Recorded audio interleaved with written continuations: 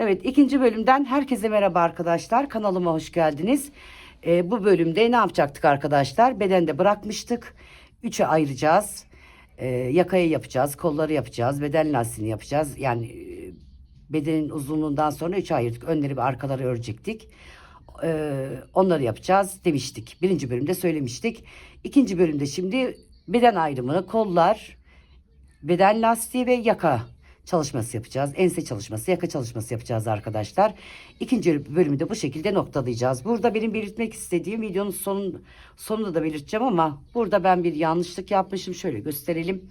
Daha doğrusu bu arkadaşlar. Ben birinci bölümde de söyledim. Yani orijinaline uygun olmasın, patenti olabilir Petitkinit'in. O yüzden ben orijinaline uygun olmasın diye ben bu şekilde burgu yapacağım demiştim. Burada doğru burgu, yani orijinaline uygun burgu aklımda öyle kaldığı için burada yanlışlık yapmışım. İster böyle burgu yaparsınız. Tabii sonradan başlayacak olan arkadaşlarım için, ikinci bölüme denk gelen arkadaşlarım için izah ediyorum. İsterseniz benim yaptığım burgu gibi burgu yapabilirsiniz. Ben orijinalinden uzak yapıyorum. Aynı modelleri koydum. Aynı modeller, çünkü baklava dilimi, bal peteği, pirinç, bunlar bildiğimiz modeller arkadaşlar. Ama Petkinet'in Japon omuz başlamış. Japon omuz yapmadım arkadaşlar. Onda 6 tane düğme var. Benim crop hırka olduğu için bende 5 tane düğme var. Tabi daha uzun yapanlar için 6 tane düğmeye sığar. Crop bir hırka, yani kemerin hizasında, kemerin bir tık altında. Videonun sonunda uzunluğunu verdim, enini verdim. Tabii kol boyu size ait arkadaşlar. Kaç tane ip gitti? 3 ip gitti bende. İpleri ikişer sayarsak 2, 4, 6, 7. 4. ipten de çok az kullandım. 6,5'a yakın ip gitti diyelim, ama bedene göre söylüyorum. Small beden arkadaşlar. Göğüs kısmı fazla iri olmayan, fazla önde olmayan arkadaşlarım için de medium bedene uygun olur diye düşünüyorum. Evet. Umarım eksik bir şey anlatmamışımdır. İpi söyledik, düğmemizi söyledik. Eksik bir şey yoktur. Videonun sonunda tek tek izah ettim. Enini boyunu izah ettim arkadaşlar. Evet, eğer beğendiyseniz beğeni tuşuna basmayı, videolarımda yorum yapmayı ve abone olmayı unutmayın arkadaşlar. Bizler için yorumlar çok değerli. İnanın çok değerli. Videomuz öne çıkıyor. Yorumları, beğenileri ve abone olmayı unutmazsanız beni çok mutlu edersiniz. Tabii ki beğenirseniz. Evet. Beğendiyseniz ikinci bölüme geçebiliriz. İkinci bölümde ne demiştik? Beden ayrımları yapacağız. Beden ayrımlarını öreceğiz. Aynı zamanda yaka kesimi yapacağız demiştik. Kollara ve yan lastiğini bedenin yan lastiğini yapacağız demiştik. Şimdi ben bunu yaka kesimi yapacağım arkadaşlar. Bakın burada 49 ilmeğimiz vardı. Birinci bölümde söylemiştim. Bu 49 ilmeğimizin hemen yan tarafından, yaka kısmından kesim yapacağız. Şimdi bakın arkadaşlar, ben 24 santime kadar öreceğim. 24 santime kadar öreceğim için bir yarısına geldiğimiz zaman, yani bir yarısını bir tık geçtiğimiz zaman yaka kesimine başlıyoruz. Şimdi bunu ben 13 santim kadar ördüm. Şöyle göstereyim, bakın bunu 13 santim kadar ördüm. Şimdi yaka keserken de bu santim ne olacak arkadaşlar? 23-24 santime kadar gelecek. O yüzden yaka kesimine gelinceye kadar kaç santim örecekseniz bir yarısından bir tık fazla örün. Daha sonra yaka kesimine geçebilirsiniz. Evet, bir de Japon omuzu soruyorlar arkadaşlar. Ben videomun birinci bölümünde izah ettim. Japon omuz öremem, aynısı olur arkadaşlar. Bakın, aynısı olduğu zaman da ne olur? Patenti de kendisindeyse, dediğim gibi tam bilmiyorum. Bu sefer benim videom kapanır. Yani bu videoyu ben paylaşamam. Şikayet ettiği zaman paylaşamam. Ben bunu açıkça söyleyeyim size. Japon omuz çok soran arkadaşlarınız oldu. Japon omuz ya hırka ya da bluz paylaşacağım sizinle. Çünkü o kadar çok soran arkadaşlarımız oldu ki Japon omuzu. Onu ayrıyetten paylaşacağım. Bir bluz ya da bir hırka olarak öreceğim. Onu da sizinle paylaşacağım. Ama tabii ki Japon omuz örmek isteyen arkadaşlarımız, birçok video vardır YouTube'da. YouTube'dan bakarak Japon omuz olarak başlayabilirler. Aynısını öremem ben. Evet. Şimdi yaka kesimine başlayacağız. Evet. 1, 2, 3, 4. Dediğim gibi buradan lastik de örülecek arkadaşlar. Bir de o eklenecek yaka açıklığına, yaka oyuntusuna. 4 ilmek kestim. Şimdi 4 ilmek kestim. Ön taraftan öreceğim. Tabi modelime devam ederek öreceğim. Arka taraftan da öreceğim. Arka tarafa geldiğimizde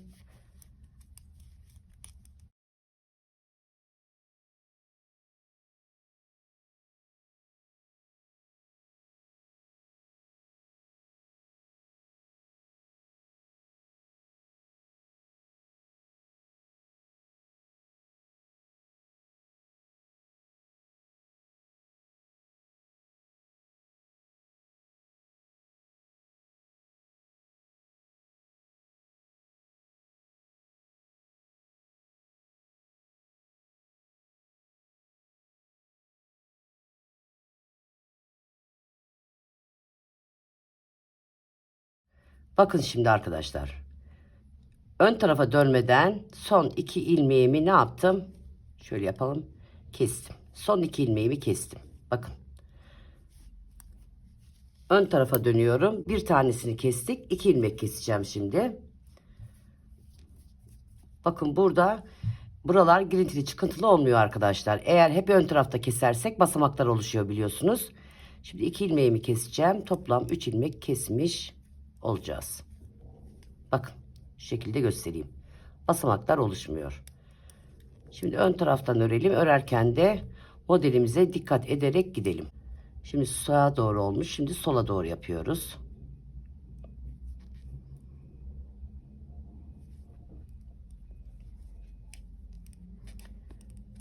İki, üç, dört. Burada sağa doğru yapıyoruz. Evet, modelimize bakarak, modelimizi örerek arka tarafa gelelim.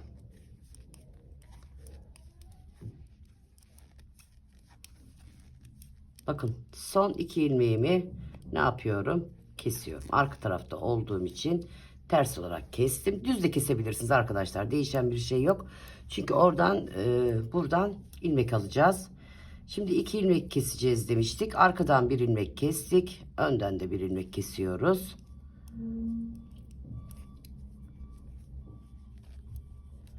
Ne yaptık? 4, 3, 2 kestik.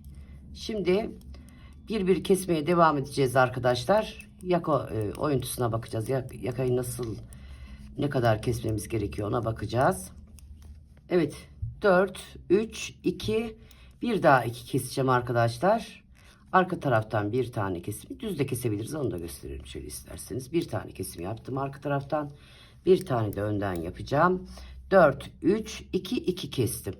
Yani buradaki omuzda kalanı siz ayarlayacaksınız arkadaşlar. Evet. Bir de önden kestik. Ne oldu? 4, 3, 2, 2 oldu. Evet, burada 2, 4, bir tane ilmeği öreceğiz. Devam ederken sayarak gidelim demiştik. Şimdi sağa doğru burada 4 ilmeğimiz kaldı. Bunu sola doğru yapalım.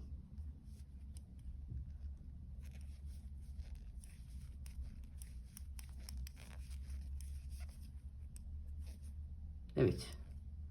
Artık ön tarafa doğru gidelim. Arka tarafta yapmayacağız arkadaşlar. Dediğim gibi 4, 3, 2, 2. Arka taraftan öreceğiz. O birli kesimler hep ön taraftan olacak. Bir kesim olacağı için ön taraftan olacak.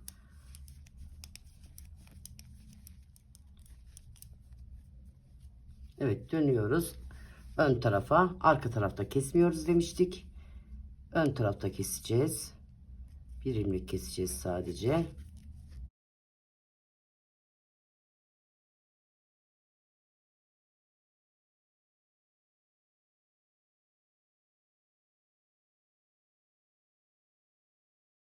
Evet, şimdi birer birer daha keselim arkadaşlar. Benim sayılarla başlayan arkadaşlarımız bu şekilde devam edebilir. Tabii ki farklı başlayan arkadaşlarımız da bakarak devam edecekler arkadaşlar. Yani bu şekilde omuza bakarak, yakaya da bakarak yeterli diyerek devam edecekler. Evet, ben şimdi omuza kadar geleyim arkadaşlar. Daha sonra omuzu düşürmeyi yapıp bu tarafı ne yapacağız arkadaşlar? Bu kısmı bitirip arka kısma geçeceğiz. Bakın buradaki vurgumuzu unutmayalım. Birinci bölümde tek tek anlattım. Vurgularımızı unutmayalım. Şimdi bunu bu sırada arka sırada ördüğümde 2 sıra gidiyoruz. Vurgu yapıyoruz. 2 sıra gidiyoruz. Tekrar baklava dilimine geçiyoruz.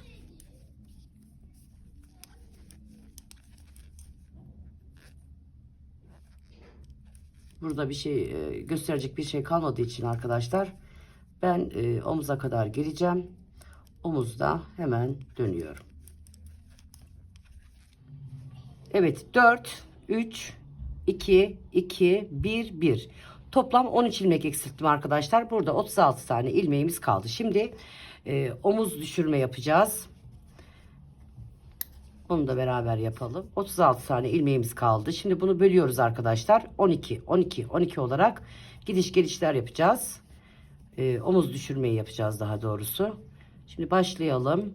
Şimdi burada ben 4 ilmekle burgumu yapmadım arkadaşlar. Eğer burgum ya bu bal peteni yapacak olursam buradan ilmek çıkaramazdım. O yüzden bakın 4 ilmeğim kaldı ama burguyu yapmadan, bal peteği modelimi koymadan devam ettim. En sonuncudan sonra koymadım. Şöyle yapalım. Sondan 12 ilmek kalıncaya kadar örüyoruz. Aynı zamanda modelimize devam etmeyi unutmuyoruz.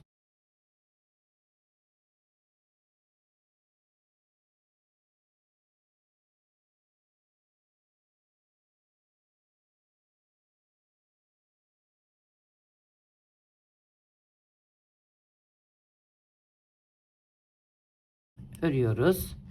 Arka taraftan bir tane ilmek alıp ortaya doğru getiriyoruz. 2 ilmeğimizi sağa doğru kaydırıyoruz ön taraftan. Örüyoruz.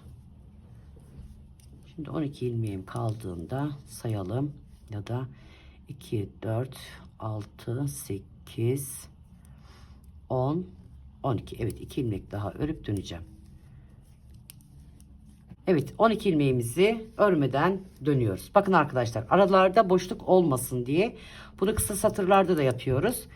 Bakın bu şekilde aldım. Üstten geçirdim. Bakın 2 ilmek yaptım arkadaşlar. 2 ilmek yaptım. Arada boşluk olmaması için. Bakın. Dediğim gibi bunu kısa satırlarda uyguluyoruz. Şimdi diğer ilmeklerimi örerek gidiyorum.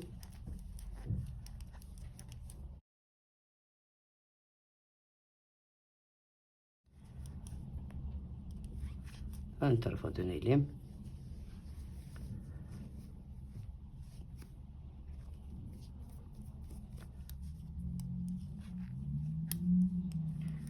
Şimdi sadece 12 ilmek örüp döneceğiz. 2, 4, 5, 6, 7, 8, 9, 10. Modele devam ederek gideceğiz. Sayalım. 2, 4, 6, 8, 10, 11 ve 12. Evet, buradan dönüyoruz.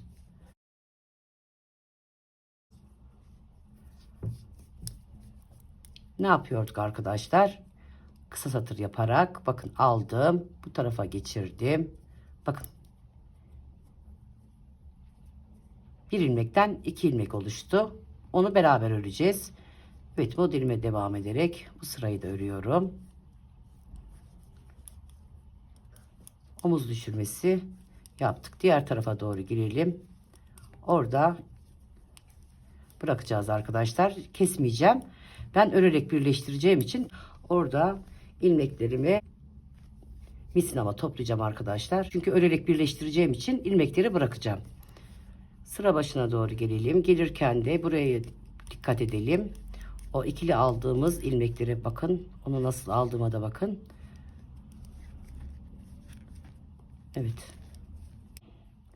2 ilmeğimi alıyorum. Hemen yan taraftaki tersimi alıp 2 ilmeğimi sağa doğru yatırıyorum. Evet, ortadaki ilmeklerimi ters örüyorum. Bakın, ikili aldığım ilmek. Bunu şu şekilde bakın arkadan alıyorum arkadaşlar. Arkadan alıp ters ördüm.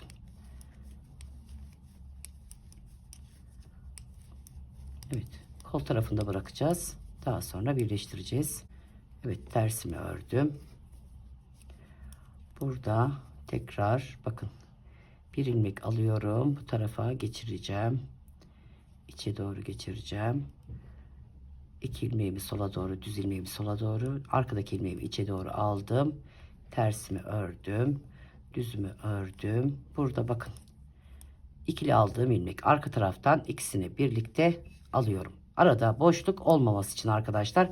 Bakın şu şekilde göstereyim. Eğer örüp dönseydim aralarda boşluk olacaktı. Boşluk olmaması için aynı kısa satırda yaptığımız gibi dönüşler yaptım. Burgumuzu yapalım. Tersimizi örelim. Pirincimizi örelim ve bu tarafta ilmeklerimizi bırakacağız. Arka tarafa geçeceğiz beraber. Şimdi ben ilmekleri toplayayım arkadaşlar. Şöyle yapalım. Bakın misinamı aldım arkadaşlar. Veya da iğneye ip takarak ipe geçirebilirsiniz. Bu şekilde bıraktım burayı. Şimdi bu tarafa geçiyoruz. Arka taraf ne demiştik? 100 tane ilmek. Aynı şekilde öreceğiz arkadaşlar. Burada gösterecek bir şey yok. Birinci bölümde tek tek modeli gösterdim. Bakın şöyle göstereyim. 23-24 santime kadar geldi. Bu şekilde. Tabi bu arkadaşlar yaka kesimini söylemek istiyorum. Yaşa göre ve kiloya göre bu kesim değişir. Yani yaşa göre de değişir, kiloya göre de değişir. Burayı siz kendi hani kilonuza göre, ben 2 defa bir kestim. Siz 3-4 defa bir kesebilirsiniz. Kendi kilonuza göre arkadaşlar. Tekrarlıyorum. Yaşa ve kiloya göre bu yaka kesimi değişir. Buradaki santim de değişir arkadaşlar. Benim santimim 23-24 santime kadar geldi. Sizin burası da değişebilir. Daha uzun olabilir. Yani 22 santim de olabilir. 23-24-25 santim de olabilir. Kiloya göre değişir. Yaşa göre değişir. Evet, arka tarafı başlatalım. Arka tarafı bitirdikten sonra ben ön tarafı da bitireceğim arkadaşlar. Yaka kesiminde beraber başlatırız. Burada da ense kesiminde başlatacağız. Daha doğrusu omuz düşürmede başlatacağız. Şöyle başlatalım. Modelimize devam edelim.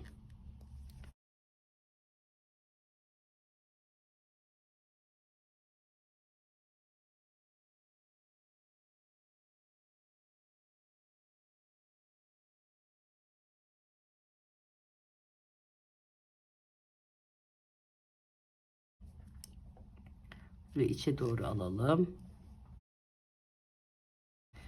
Ve arka tarafı tamamlayalım arkadaşlar. Omuz kısmında hemen dönüyorum. Daha doğrusu omuz düşürmede hemen dönüyorum. Evet, bakın arkadaşlar. Şimdi bu arka tarafta enseyi keseceğiz. Sağda ve solda omuz düşürme yapacağız. 5 sıra kala. Bakın arkadaşlar, 5 sıra kala. Şimdi buradan enseyi kestiğimde bu tarafa gelirken 12 ilmek bırakacağım. Bakın birinci sıra. İkinci sırayı öreceğim. Üçüncü sırada burada 12 ilmek bırakacağım. Dördüncü sırayı öreceğim. Beşinci sırada tamamen öreceğim. Bu tarafa geleceğim. Şimdi 1, 2, 3, 4, 5. sırayı öreceğiz. Yani 5 sıra kala ense kesimi ve omuz düşürme yapacağız arkadaşlar. Onu gittiğiniz sayıya göre ayarlayacaksınız. Yani buradaki uzunluğa göre 5 sıra kalıncaya kadar öreceksiniz. 5 sıra kaldığında arka taraftaki ense tarafını, enseyi keseceğiz ve omuzlarda omuz düşürme yapacağız. Şimdi şöyle alayım ben.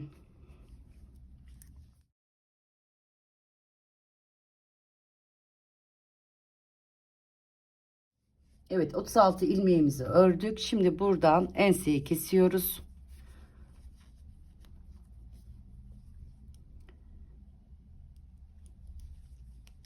Enseyi keserek diğer tarafta 36 ilmek kalacak arkadaşlar.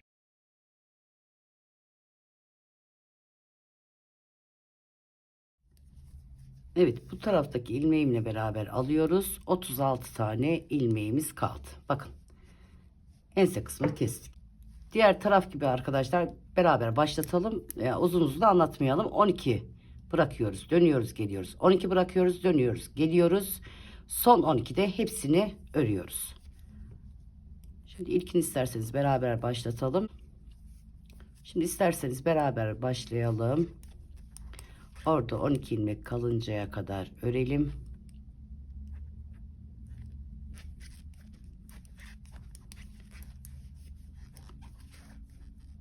Artık havalar ısındığı için biraz zorlaşıyor örmek. Bu şekilde alıyorduk.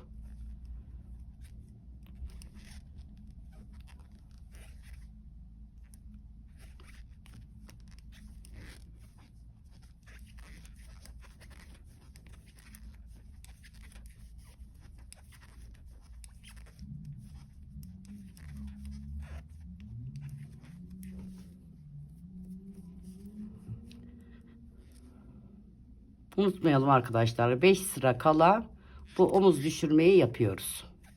Yani ön tarafa eşit olacak. O yüzden 5 sıra kala sayarak gidiyorsunuz. 5 sıra kala yapıyorsunuz. 12 ilmeği bırakıyoruz, dönüyoruz. Dönerken nasıl yapıyorduk arkadaşlar? Dönerken ne yapıyorduk? Bakın bu şekilde aldım. Kısa satırımı yapıyorum. Sıktım bu şekilde.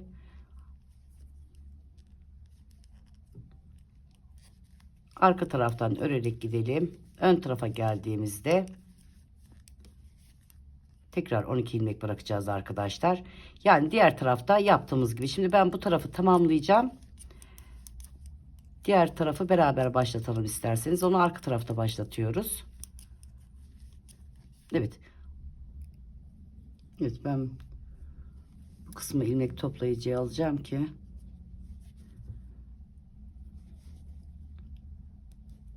bu bekleyecek. Diğer tarafı yapınca birleştireceğim. Şimdi diğer tarafı yaptığımda o bitirdiğim yerle zaten birleştireceğim arkadaşlar. Bunu şöyle ilmek toplayıcıya alalım, bekletelim. Evet, bakın burada arka taraftan başlatıyoruz. Şöyle başlatıp döneyim. Daha sonra tamamen bitirdiğimde şöyle başlatalım. Şöyle başlatarak şuradan da bağlayalım. Uzun bırakın ki ip yedirilecek çünkü içe doğru. Evet. Evet, son 12 ilmek kalıncaya kadar o tarafa doğru gelelim. Evet, bu tarafta 12 ilmeğimizi bıraktık. Dönüyoruz. Şimdi ben bu tarafı tamamlayıp hemen dönüyorum. Evet, son sırayı örerek beraber gidelim.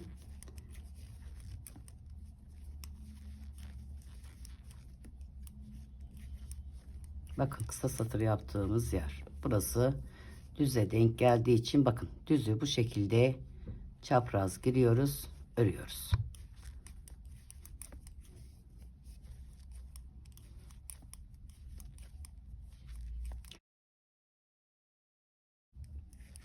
Evet, örelim.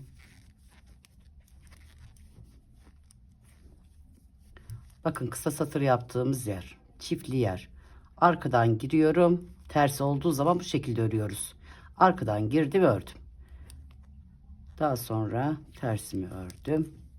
Birincimi örerek geliyorum. Şimdi birleştireceğiz artık arkadaşlar. Bu diğer tarafı bitirmiştik biliyorsunuz. O tarafı bitirelim. Yani tamamen birleştirelim. Şuradan ters örelim. Düz örelim. Ters örelim. Düz örelim. Şimdi ben bu tarafı bakın. Bu tarafı bitirmiştik. Ters taraftan ben şiş takayım hemen. Şu tarafı şişe takayım. Bu taraftan birleştireceğiz. Şöyle yapalım. Bakın ikisi her iki tarafta bakın düzler iç içe, tersler dış kısımda kalacak. Ben şişe takayım. Evet, bakın ön taraftan aldım, arka taraftan aldım. İkisini birlikte çekiyorum. Evet, bakın buradan aldım.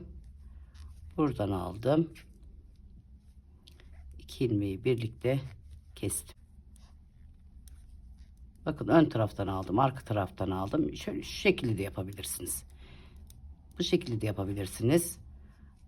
Şöyle alıp daha sonra arkadan geçirebilirsiniz ya da üçünü birden kapatabilirsiniz. Şimdi ben bu tarafı kapatayım arkadaşlar.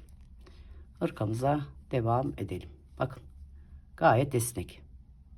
Yalnız sıkı yapmayın arkadaşlar. Benim elim sıkı olduğu için bunu tembihlemek istiyorum. Sıkı yaptığınız zaman omuz toplar. Şöyle yapalım. Arka taraftan geçirelim.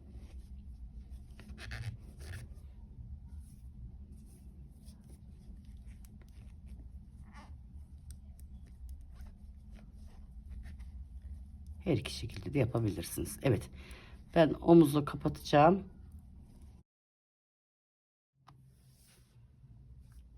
Evet, şöyle bakalım. Bu tarafı birleştirdim arkadaşlar. Şöyle göstereyim. Bu tarafı birleştirdik. Bu tarafı bitirdik tamamen. Şimdi bu tarafı başladım arkadaşlar ben. Şöyle göstereyim yani.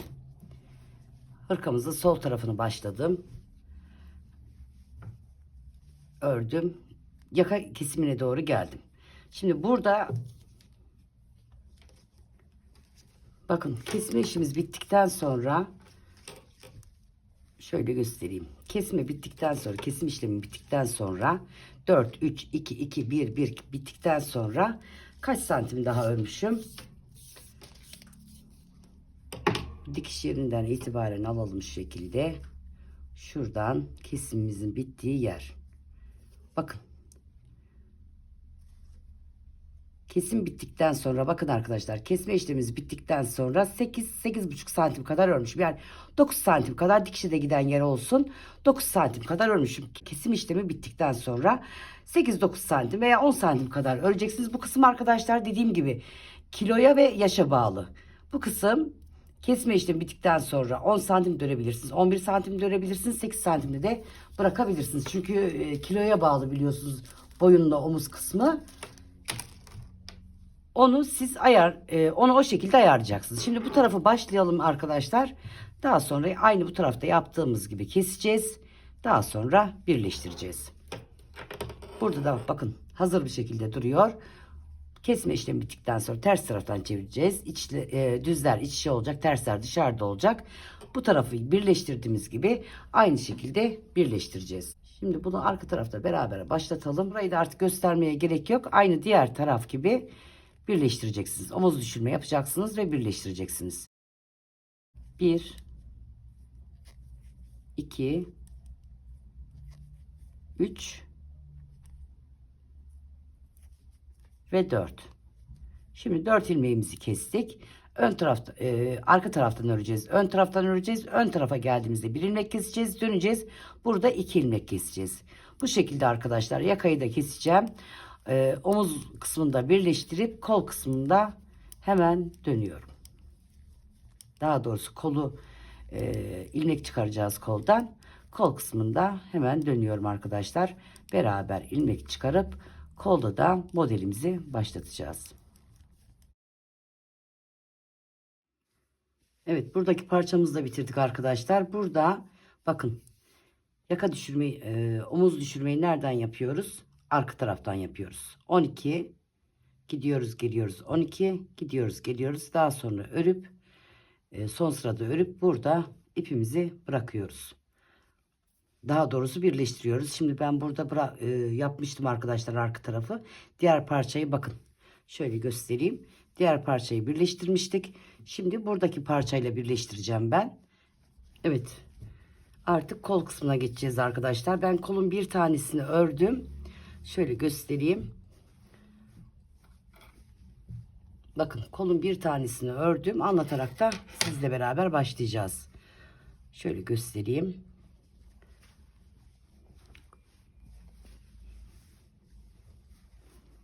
Koldan ilmek çıkararak bakın düz taraftan arkadaşlar. Düz taraftan kolumuzdan ilmek çıkaracağız. Bakın şu şekilde tam ortadan ilmeğimi çıkardım. Burası bol olmasın, ona dikkat edelim. Şöyle isterseniz bir alttan alalım. Şöyle yapalım. Örerek alalım orayı. Delik olmasın koltuk altında. Buna dikkat edelim arkadaşlar. Bakın bu şekilde aldım. Burayı hatta örerek alayım. Evet. Şöyle yapalım. Evet. Buradan itibaren hemen yan tarafından ilmek çıkaracağız. Şöyle yapalım. Açıklık olmasın. Evet, bu şekilde ilmeğimizi çıkartalım. Şuradan bağlayalım bir de. Sonra içe doğru yedireceğiz.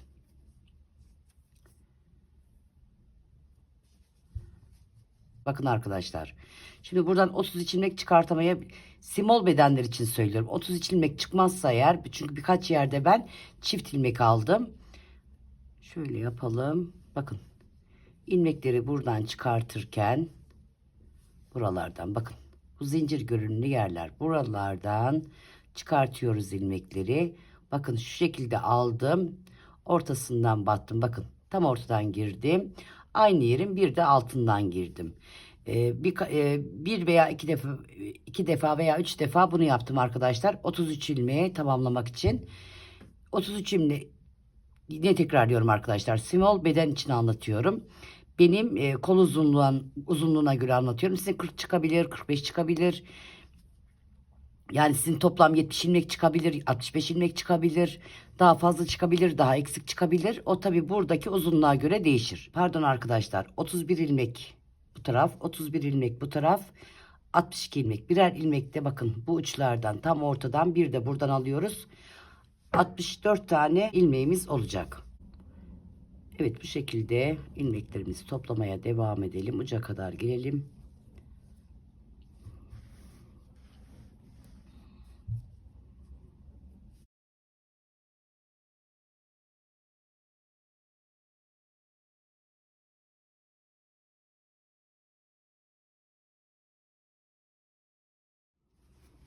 Evet, dediğim gibi arkadaşlar, siz daha fazla ilmek çıkartabilirsiniz. Tabii bundan daha da az olmasın. Çok çirkin durur. Yani kol dar durur. Şöyle ayracımızı tam ortaya alalım. Bir sıra şerit gideceğim arkadaşlar. Hep ön yüzden öreceğiz. Dikişsiz öreceğiz. Şöyle yapalım. Şimdi ben bir sıra şu kolda göstereyim. Modeli anlatarak gitmeyeceğim arkadaşlar. Bir sıra göstereyim. Bakın bir sıra belli olmuyor ama şöyle göstereyim isterseniz. Bir sıra şöyle bakın, bir sıra haroşa gittim. Bir sıra ters gittikten sonra hep ön yüzden öreceğimiz için haroşayı ters olarak ön yüzden ördüm. Daha sonra modeli beraber koyalım arkadaşlar. Evet, 64 tane ilmeğimizi çıkardık. Ayracımızı ne yaptık? Evet, ayracımızı şöyle alalım.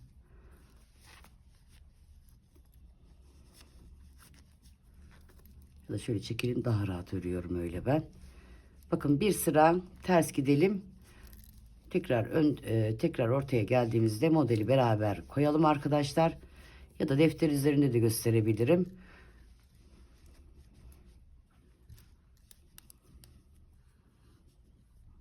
Şöyle sıkalım ki ipimiz bakın tam ortada. Pirinç modelimize başlayalım. Bunu şöyle düz alsam olur ilk sırayı. Bir sıra haroşa gideceğim arkadaşlar, dediğim gibi. Tabi hep ön yüzden ördüğümüz için haroşa çizgisini tersten koyacağım.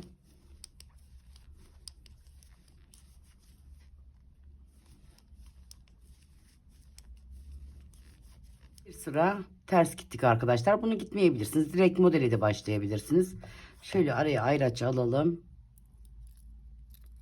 Modelimizi koyarak şimdi 11 ilmek şöyle deftere yazdım arkadaşlar ben. Kalemimiz böyle aklınıza daha iyi kalır diye düşünüyorum. Pardon, şurayı 11 ilmek, 11 ilmek toplam 64 tane ilmek var kolumuzda. 11 ilmek pirinçle başlıyoruz. Kolumuzu ilmekleri attık. Bir sıra şerit halinde tersimizi gittik. Dilerseniz yapmaya da bilirsiniz onu. Daha sonra 11 ilmek pirincimizi örüyoruz. Bakın, 1 ilmek ters, 8 ilmek bal peteği için düz örüyoruz. 1 ilmek tersimizi örüyoruz. 2 ilmek burgumuzu örüyoruz.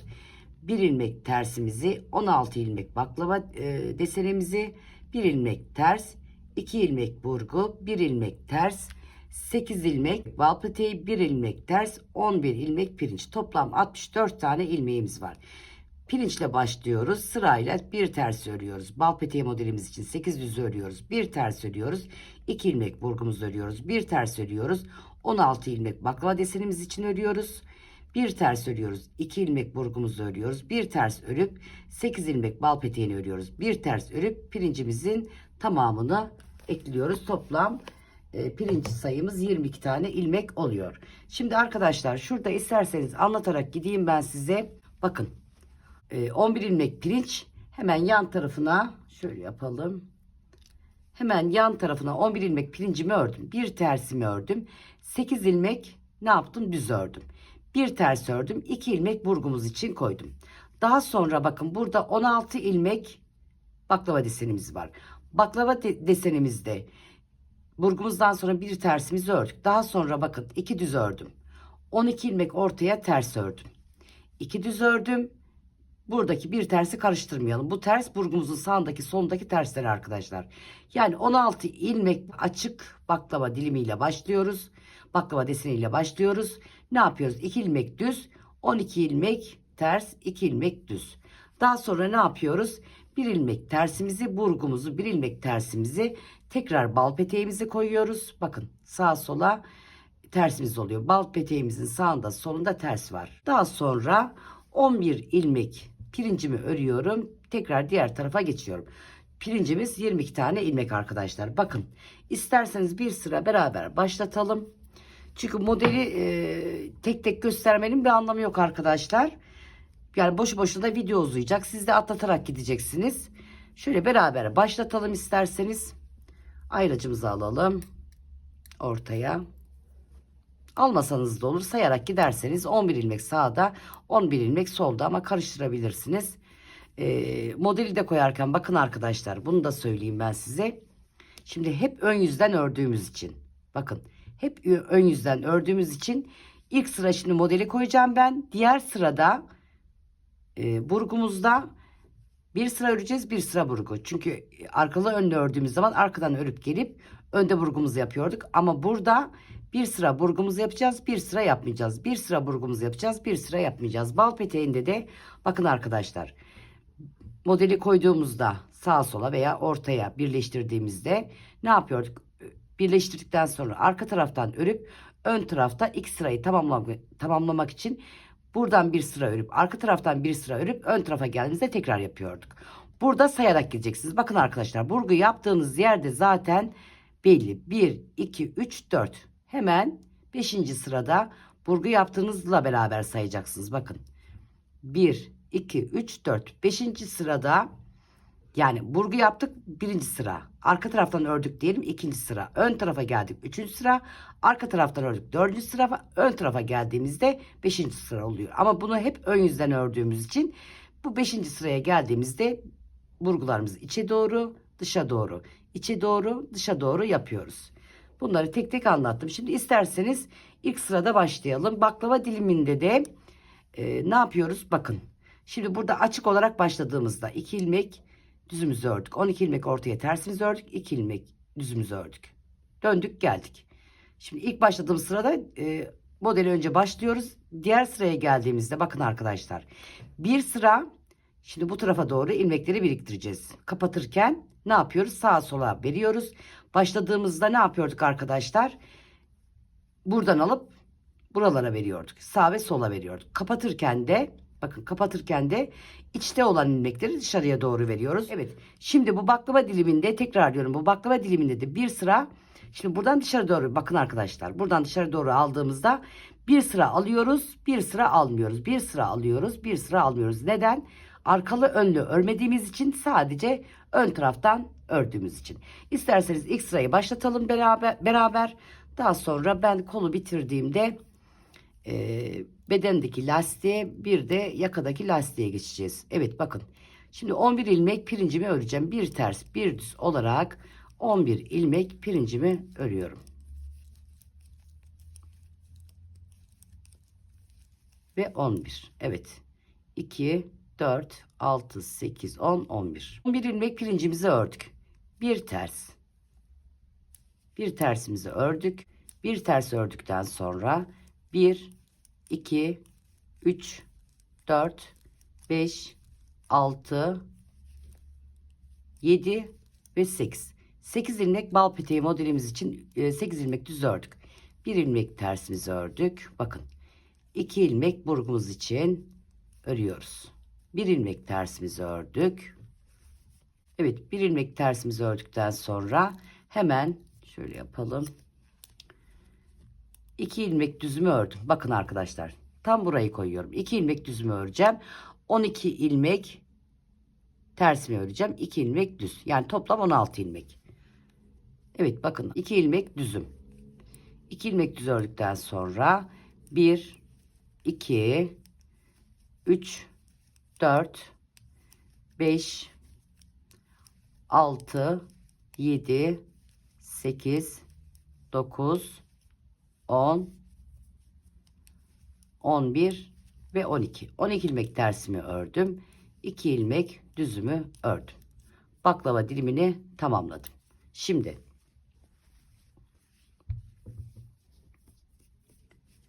bakın, bir ilmek tersimi ördüm. 2 ilmek burgum için düzü ördüm. Bir ilmek tersimi ördüm. 8 ilmek bal peteği modelimiz için düz öreceğim. 1, 2, 3, 4, 5, 6, 7 ve 8. Bir ilmek tersimi ördükten sonra 11 ilmek pirincimi öreceğim. Evet.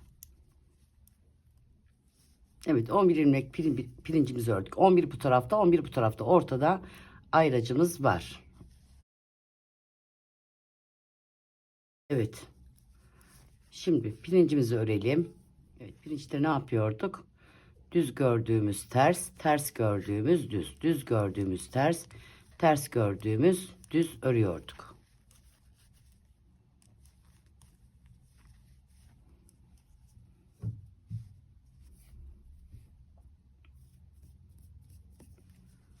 Şöyle yapalım. İlk birkaç sıra zorlanırsınız arkadaşlar. Daha sonra rahat bir şekilde örersiniz. Evet, tersimize geldik. Tersimizi ördük. 8 ilmek bal peteği modelimizi örüyoruz. 1, 2, 3, 4, 5, 6, 7, 8. 8 ilmek ördük. Bakın, bir ilmek tersimizi ördük. 2 ilmek burgumuzu. Bakın, bu sırada burgumu yapıyorum. Bir sıra örüyoruz burgumuzu. Bir sıra burgu yapıyoruz. Bir sıra örüyoruz. Burgumuzu yaptık. 2 ilmek burgumuzu yaptık. Daha sonra bir ilmek tersimizi ördük. Evet, bakın. Baklava dilimine geldik. Şimdi ne yapıyoruz arkadaşlar? Kapatarak gidiyoruz. Kapatarak giderken buradan sırayla tersimizi alıyoruz. Şöyle alalım.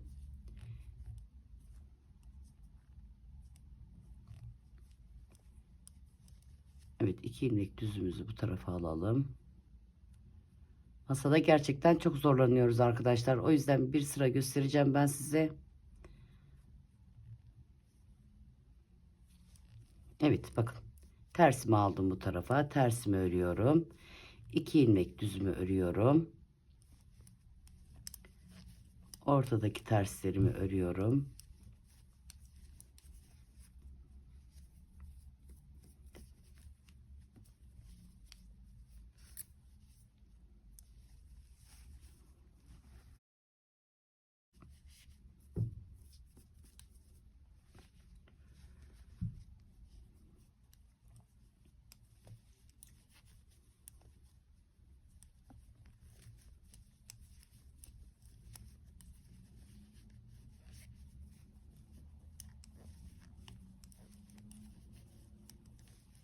Bakın, 2 ilmek düzüme geldim. 2 ilmek düzüme geldiğimde düzü içe doğru tersimi arka taraftan alıyorum.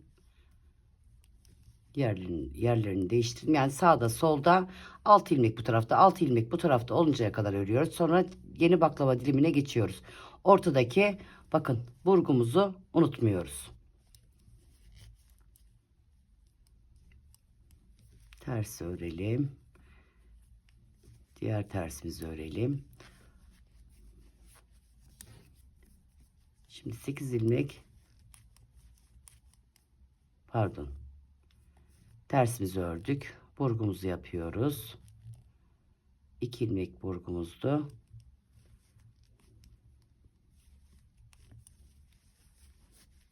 Daha sonra burgumuzun yan tarafındaki tersimizi örüyoruz. 8 ilmek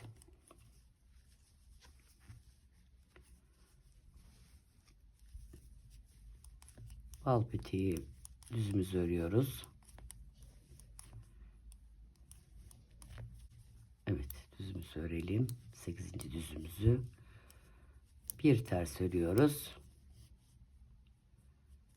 Daha sonra pirincimizi örüyoruz. Bir ters, bir düz. Düzleri ters, tersleri düz örüyoruz.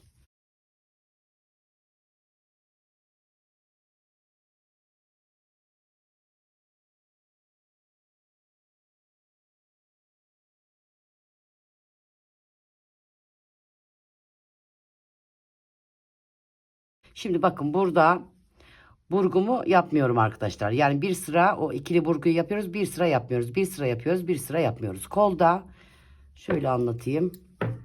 Tekrar anlatayım kolda. Bakın 11 ilmek pirincimizi ördük. Daha sonra tersimizi 8 ilmek bal peteğimizi, 1 ilmek ters, 2 ilmek burgu. Ne yaptık arkadaşlar? Burada hemen 2 ilmek düzümüzü ördük. Tersimizi, ortadaki 12 ilmek tersimizi ördük. Düzümüzü ördük. Sağdaki soldaki tersleri karıştırmayalım arkadaşlar. Burgudan sonra tersimiz var. Ortadaki modelimiz için 16 ilmeğimizi koyuyoruz. Yani 2 düz, 12 ilmek ters, 2 düz. Daha sonra 2 sıraya bir içe doğru alacağız. Daha sonra burgumuzu yapacağız. Daha sonra tekrar buradan dışarıdakileri içeriye doğru toplayacağız. Bittikten sonra tekrar içeriye doğru toplayacağız. Birinci bölümde tek tek açıkladım arkadaşlar. Baklava dilimizi yaptıktan sonra bir ilmek tersimizi ördük. Buradaki terste karıştırmayalım. Sağında ve solunda terslerimiz var. Bir ilmek tersimizi ördük. Burgumuzu ördük. Bir ilmek tersimizi ördük. 8 ilmek bal peteğimizi ördük. Bir ilmek ters, 11 ilmek ne yaptık? Pirincimizi koyduk. Şimdi burada anlattığım arkadaşlar bir sıra yapıyoruz. Yani sağdan soldan alıyoruz. Bir sıra almıyoruz. Burada da bir sıra burgumuzu yapıyoruz. Bir sıra yapmıyoruz. Bir sıra yapıyoruz. Bir sıra yapmıyoruz. Burada da şimdi ben ilk sırada onu söyleyeyim ben size. 1, 2, 3. Üçüncü sırada ilk bal peteğimi koydum arkadaşlar. Bakın. Buradan bir sıra ters gittim. Yani bir diş haroşa gittim. Daha sonra 1, 2. Üçüncü sırada hemen bal peteğimi koydum. Bal peteğimi koyduktan sonra bakın burgumu yaptıktan bal peteği burgularımı yaptıktan sonra burgu yaptığımız yerle beraber sayıyoruz. 1, 2, 3, 4. 5. sıraya geldiğimizde burgularımızı koyuyoruz. Bakın 5. sıraya geldiğimizde hemen bal peteği modelimizi koyuyoruz. Önce içe doğru yaptım. Daha sonra dışa doğru. Modeli tek tek anlattım arkadaşlar. Yani bir içe doğru, bir dışa doğru, bir içe doğru, bir dışa doğru olarak örüyoruz. Her 5. sırada burgumuzu koyuyoruz. Ayraçları takarsanız arkadaşlar şaşırmazsınız ya da bakın burgu yaptığımız ilmekten bakın burgu yaptığımız yer belli. 1, 2, 3, 4. 5. sırada yeni burgumuz. 5. sırada yeni burgumuz. Bir içe doğru, bir dışa doğru. Bu şekilde devam edelim. Kolu istediğiniz uzunluğa gelinceye kadar öreceksiniz. Daha sonra lastiğinizi koyacaksınız. Bakın şöyle göstereyim arkadaşlar. İstediğim uzunluğa gelinceye kadar ördüm. Dediğim gibi ilk bir iki sırada zorlanıyorsunuz ama daha sonra rahatlıyorsunuz. Veya da benim gibi çekerek yaparsanız daha kolay yaparsınız. Şimdi lastiğe geçeceğim ben. Şimdi bunu giderken 4 defa keseceğim. 64 ilmeği 60 ilmeği düşüreceğim. 2, 4, 6, 60 şöyle 4 tane şunu göstereyim arkadaşlar. Şöyle 4 tane çorap şişim var. Eğer varsa çorap şişleriniz böyle daha kolay oluyor. Yoksa misinalı şişinizde kaç numarayla örüyorsanız 2 numara düşükte örebilirsiniz. Evet şöyle yapalım. Giderken de keserek gideceğim. 23 tane çorap şişime toplayacağım arkadaşlar. Şimdi bir ters bir düz olarak lastiğimize başlayalım. Bir düz.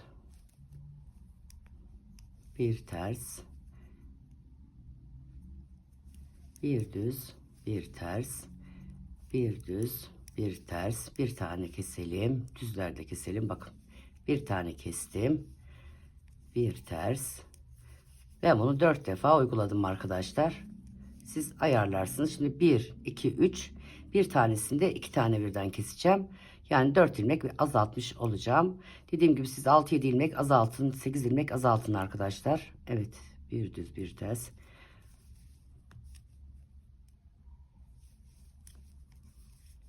Evet bir düz bir ters olarak ilmeklerimizi şişlerimizi ayırıyoruz. Burada 20 tane ilmeğim oldu.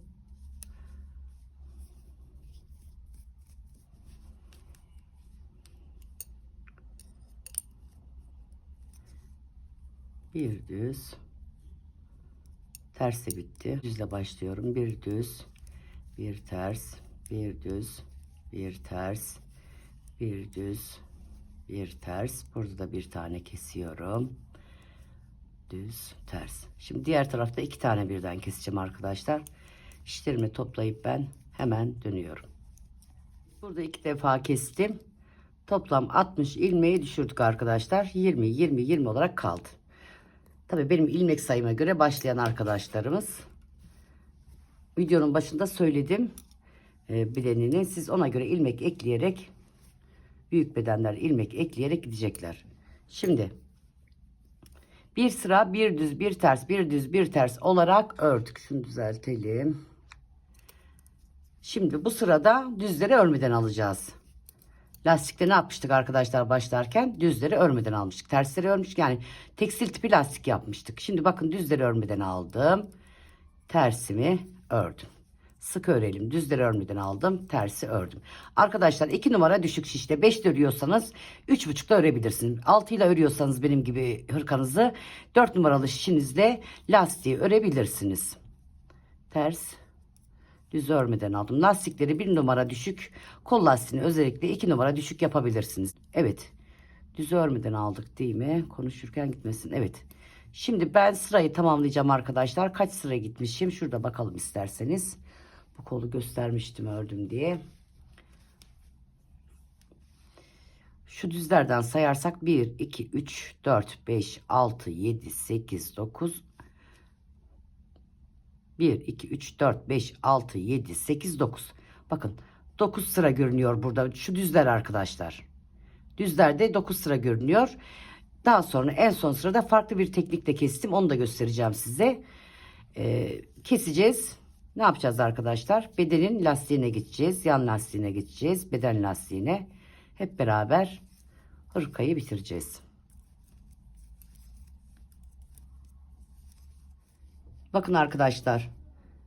9 sırayı tamamladım. Farklı kapatma tekniğiyle. Tabi siz istediğiniz gibi kapatabilirsiniz.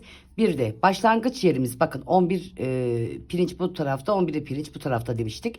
Tam ortası 11 pirinci ördükten sonra diğer 11 pirince geldiğimizde lastiği koyuyoruz. Yani kolumuzun tam ortasında lastiği koyuyoruz. Yani 11 ilmek ördükten sonra lastiği koyuyoruz. Bu kapatma şeklinde kısacık göstereceğim size.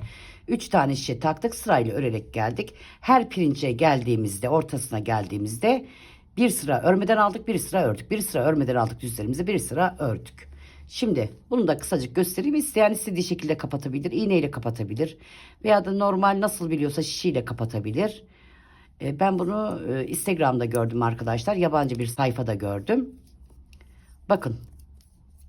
Şimdi ters ilmeğimizi ördük. Ne yaptık? Arkadaki ilmeğin içinden geçirdik.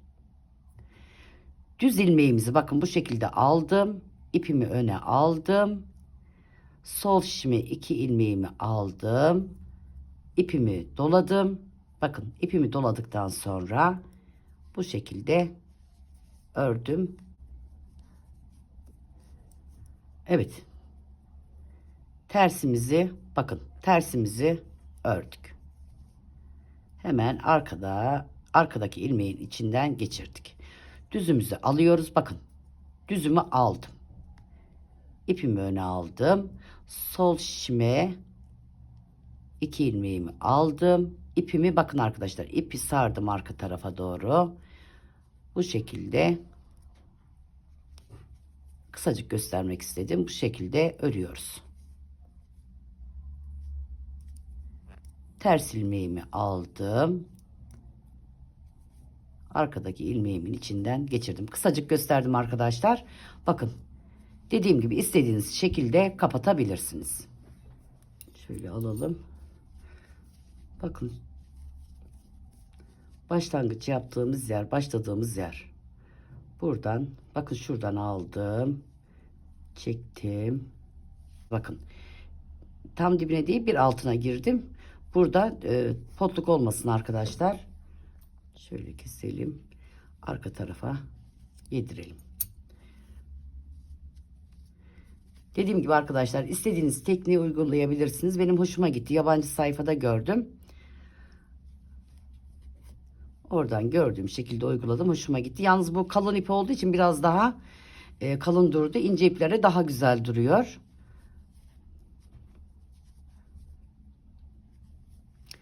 İğne ile İtalyan tekniğiyle de kapatabilirsiniz. Dediğim gibi ben iğne ile karıştırıyorum. Bunu her videomda da söylüyorum. Ben beceremiyorum iğne ile. Uğraştım mı uğraşmadım. Uğraşsam belki onu da yaparım ama uğraşmak da istemedim. Zamanımı öldürmek istemedim. Zaman benim için kıymetli. Bazı yorumlarda e, aşağılayıcı yorumlar da aldığım oluyor. Ama evet, zaman benim için kıymetli.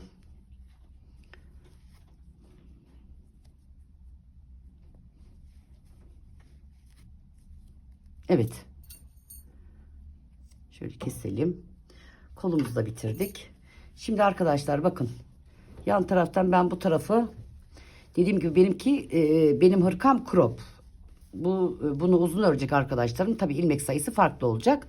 Benim kemer hizasında olduğu için benim hırkam kısa. Bakın bu şekilde ilmeği çıkardım. Aynı şekilde de kapattım. Bu tarafı bitirdim. Delikli tarafı, yani düğme iliği açacağımız tarafı beraber çıkaracağız. Beraber başlayacağız. Düğme iliğini beraber açacağız. Nasıl başlattık onu da göstereyim kısacık ben size.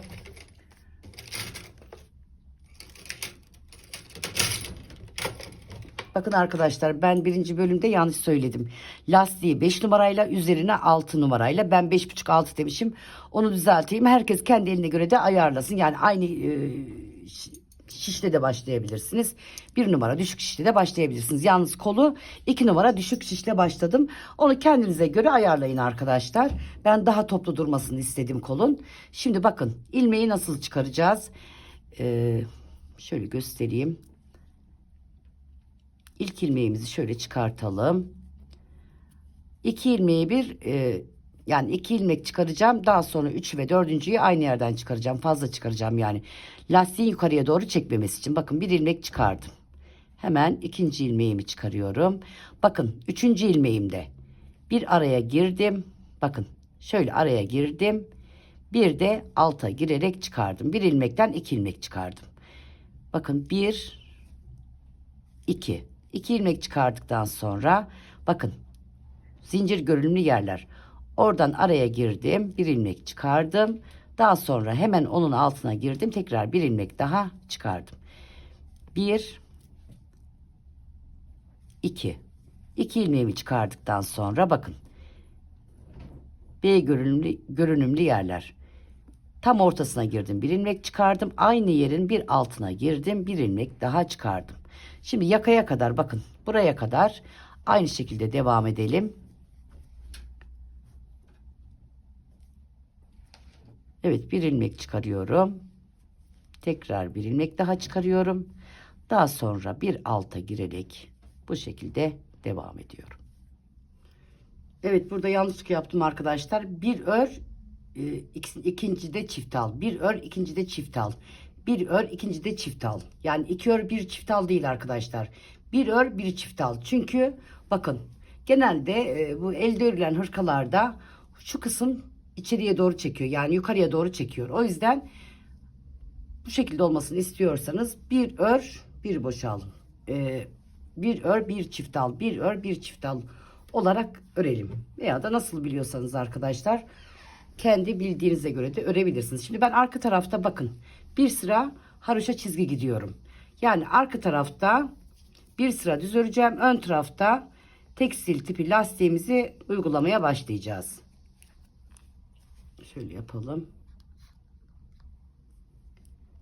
Evet, bir sıra, isterseniz bunu yapmaya da bilirsiniz. Yani burada arka tarafta bir düz bir ters bir düz bir ters olarak başlayabilirsiniz. Şimdi bakın buradaki lastiği arkadaşlar ne yaptık? Etek ucundan başladık ilmek toplamaya. Bunu da izah edeyim. Buradaki lastiği ilmek ucundan etek ucundan başladık. Diğerinde yakadan arkadaşlar bakın. Burada da yani düz taraftan ilmek çıkardığımız için burada yakadan başlıyoruz. Burada etek ucundan başlıyoruz. Onu yaptım, hazırladım çünkü ben. Burada da etek ucuna yani düz taraftan ilmek çıkarıyoruz. Evet, şimdi bir sıra haroşa gideceğim arkadaşlar. Daha sonra ön tarafta tersleri öreceğim. Düzleri örmeden alacağım. Arka tarafta bir ters bir düz olarak öreceğim. Şimdi o kısmı göstermeye gerek yok arkadaşlar. Lastikleri gösterdim, söyledim ben size. Ön tarafta düzleri örmeden alıyoruz. Arka tarafta düzleri örüyoruz. Şimdi ben düğme iliğine kadar geleceğim. Düğme iliğini beraber açacağız.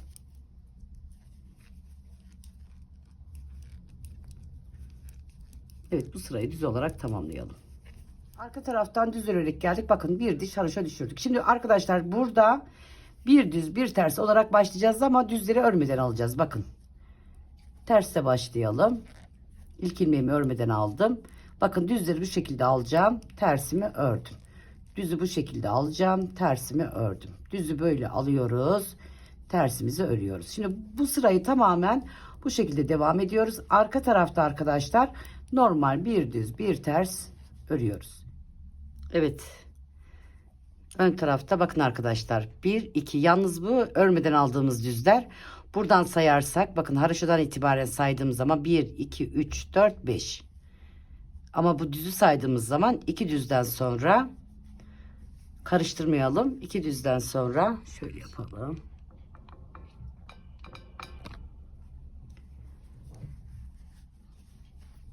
Düğme iliğini açmaya başlıyoruz. Şimdi 9 ilmek örelim.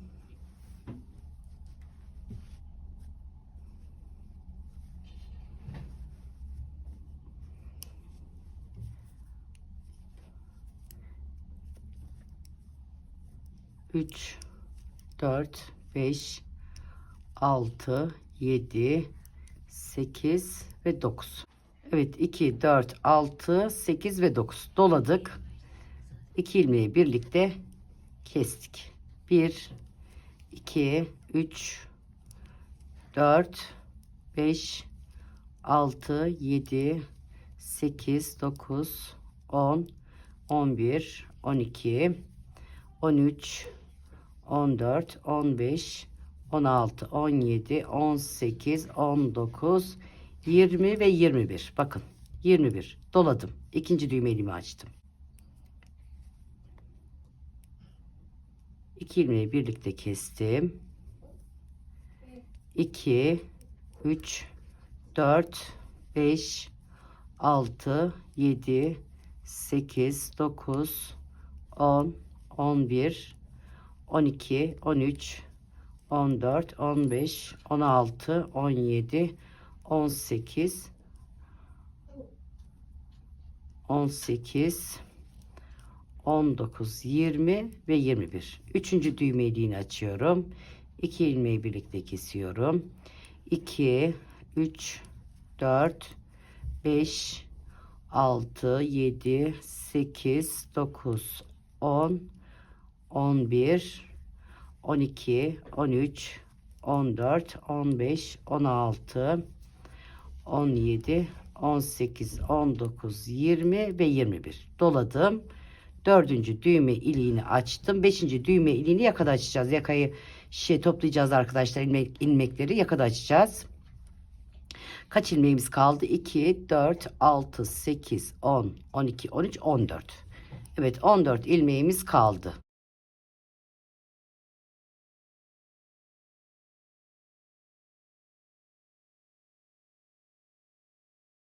Evet düğme iliğimizi açtık. 4 tane düğmeliği burada açtık. Bir de en son yakaya ilmek topladığımızda açacağız. 5 tane düğme iliğimiz olacak. Evet arka tarafta ne yapıyoruz arkadaşlar? Tersleri düzleri örüyoruz. Şimdi artırdığımız yere doğru gelelim. Orada göstereyim. Düz ters düz ters düz ters olarak örüyoruz. Önlerde ne yapıyorduk arkadaşlar? Düzleri örmeden alıyorduk. Ters ördük. Bakın bu düz. Ön tarafta tersi gelecek. Bir ters bir düz olarak örüyoruz. Bir daha bakalım buradan. Yani düğmeliği de buradaki düğmeliği benim için yeterli. Ahşap düğmeliklerinden kullanacağım. Evet bakın. Ters düz. Bu düğmeliği de benim için yeterli. Evet ben tamamen daha doğrusu tamamlayıp arkadaşlar kolda kestiğim gibi burada da başlatacağım sizinle beraber. Burada başlatırken göstereceğim. Şimdi muhakkak soran arkadaşlarımız olacak. Evet ben lastiği tamamlayıp hemen dönüyorum. Evet ne demiştik? 1, 2, 3, 4, 5. 5 sıra ördüm. Buradan sayacak olursak arkadaşlar bakın. Buradan sayacak olursak bir sıra haroşa gitmiştik. 1, 2, 3, 4, 5, 6, 7, 8, 9, 10. Evet. Şimdi kolda tam bitirirken göstermiştim. İsterseniz başlangıcı göstereyim. Soran arkadaşlarımız olacaktır. Kısacık burada da göstereyim. Pardon, bir de düzeltme yapacağım. Bakın arkadaşlar. Düğme iliğini açarken şurada göstereyim. Bakın. Benim alma şeklim farklı olduğu için çirkin de durdu gerçekten. Bu şekilde çirkin durdu. Bakın. Geldik. Düzden sonra ne yaptık? Doladık. Keserken bakın arkadaşlar, keserken böyle alanlar, yani bu şekilde düzleri örenler, bakın bu şekilde düzleri örenler sorun yok, ama benim gibi örenler bu şekilde düzelsin. Keserken iki ilmeği birlikte alırken bu şekilde alsın arkadaşlar, böyle daha düzgün oluyor. Benim bu şekilde aldığım için, bakın ben bu şekilde aldığım için buradaki kesme yerini beğenmedim ben. Siz benim gibi alanlar ama bu şekilde öğrenler fark etmiyor. Tekrarlıyorum. Benim gibi alanlar düzelsin. Bu şekilde bakın. Buradan girerek örsün.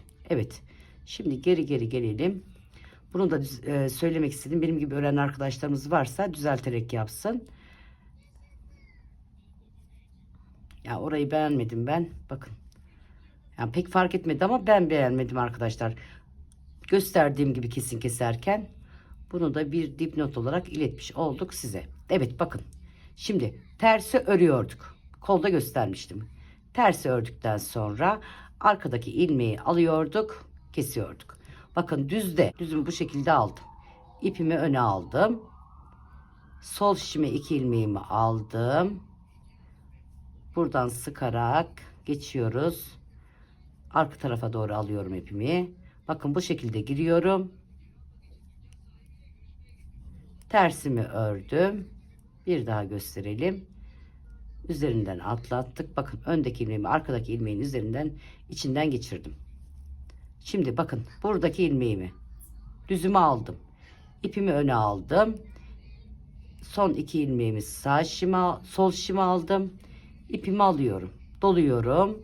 Bu şekilde arka tarafa getirdim. Bakın düz örüyorum. Bu şekilde ören zorlanmaz, ama ben şu şekilde ördüğüm için ben zorlanarak yapıyorum, ama düzü bu şekilde ören arkadaşlarımız zorlanmaz. Son defa gösteriyorum. Bakın tersimi ördüm. Arkadaki ilmeğin içinden geçirdim. Öndeki ilmeğimi. Düzümü örmeden aldım. İpimi ön tarafa aldım. Sol şişimi aldım. İpimi dolandırdım. Doladım arka tarafa doğru. Bakın bu şekilde düz ördüm.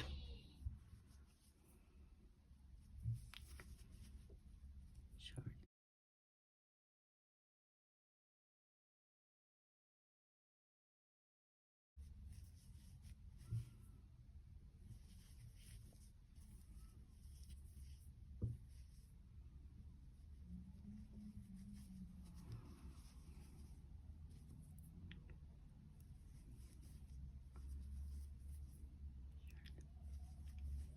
Son yerdeki dilim yeterli olacaktır. Evet. Sonra keseriz. Şimdi bakın arkadaşlar. Buradan lastikten itibaren yakadan ilmek çıkaracağız. Şöyle iki sıra gittikten sonra, evet iki sıra gittikten sonra 5. düğme iliğimi açacağım. Düğme iliğini nasıl açtığımızı gösterdim arkadaşlar. Tekrar şöyle başlatalım isterseniz. Daha sonra yine tekstil tipi lastik dediğimiz o lastikten yapacağız. Ön tarafta düzler örmeden alıp arka tarafta düzleri tersleri öreceğiz.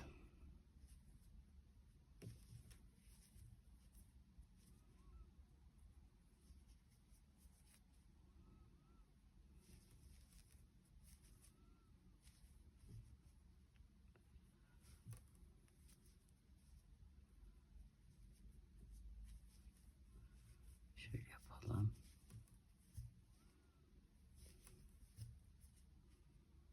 Evet.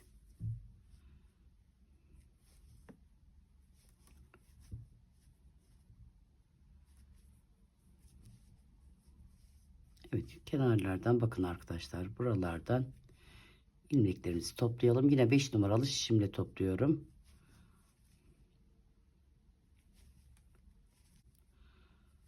Fazla dip dibe de almayalım. Yaka çok açık olmasın.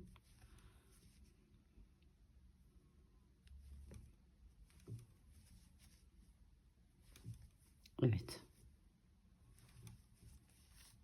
Bu şekilde toplayalım arkadaşlar. Topladıktan sonra yine ben arka tarafta bir sıra haraşo öreceğim arkadaşlar. Ön tarafa ters düşmesi için, daha sonra ön tarafta düzleri örmeden alacağım. Tersleri öreceğim. Arka tarafta tersleri düzleri öreceğim. Evet, yakayı da başlattık. Yakanın bitiminde arkadaşlar kaç sıra sonra düğme iliği açtığımızda söyleyeceğim. Evet, şöyle düğmelerini de diktim arkadaşlar. Ben yakayı da göstereyim. Videonun başında tek tek izah ettim kaç ip gittiğini. 5 tane düğme iliğimiz oldu. Ya da bu düğmeyi açık bırakalım. Bakın. Yakayı da aynı şekilde yaptım. Yakayı yalnız aralıklar vererek ilmek toplayın arkadaşlar. Aralıkla, yani çok sık toplamayın yakayı. Aralıklar vererek ilmeğinizi toplayın. Bakın bu şekilde ön yüzden düzleri örmeden aldım. Arka yüzden düzleri ördüm. İliği de şöyle göstereyim. Bakın 1 2 3 sıra gittim. 4 pardon. 1 2 sıra gittim. Düğmeni açtım. 2 sıra daha gittim arkadaşlar. Kaç sıra gitmişim bakalım. 1 2 3 4 5. Evet. 2 sıra gittim. Düğmeli açtım. 2 sıra o hizada bir sıra daha oluyor. Yani toplam 5 sıramız var. Düğmeliğimizi de açtık bu şekilde. 2 sıradan sonra düğmeliğimizi açtık. Daha sonra örmeye devam ettik. Aynı kapatma şekliyle bütün bedenimi bu şekilde kapattım. Şöyle göstereyim. Çünkü tam sığmıyor ama mankenin üstünde de göstereceğim. Bakın şu şekilde göstereyim. Videonun başında da belirttiğim gibi arkadaşlar toplam birinci bölümde hangi ip kullandığımı söylemiştim. O benim kullandığım ip arkadaşlar 2 ip değerinde.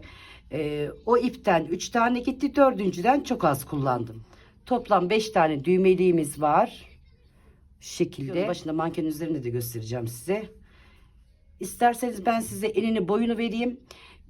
Beden small beden arkadaşlar. Göğüs kısmı önde olmayan, yani göğüs kısmı küçük olan arkadaşlarımız için medium bedene de uyar.